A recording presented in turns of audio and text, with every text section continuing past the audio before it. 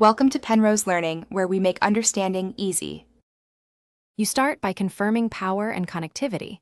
Plug the keyboard into a different USB port or toggle Bluetooth to rule out connection errors. Once done, look for obvious physical causes: debris under keys, sticky residues, or a misaligned keycap specifically on the up/down keys.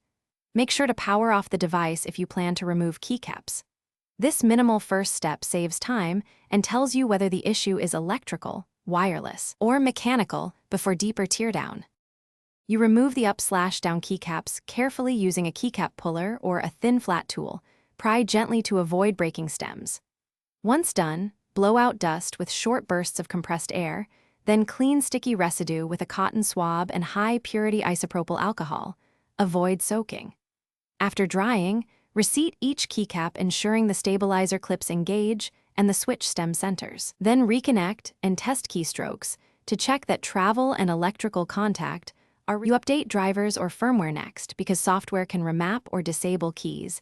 Install manufacturer firmware and reboot. If the key still fails, try an external keyboard to isolate hardware versus OS.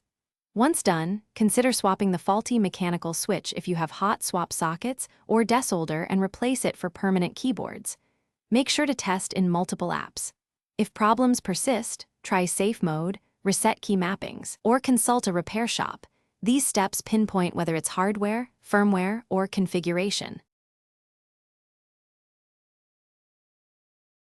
Thanks for watching. If this was helpful, leave a like and consider subscribing. See you next time.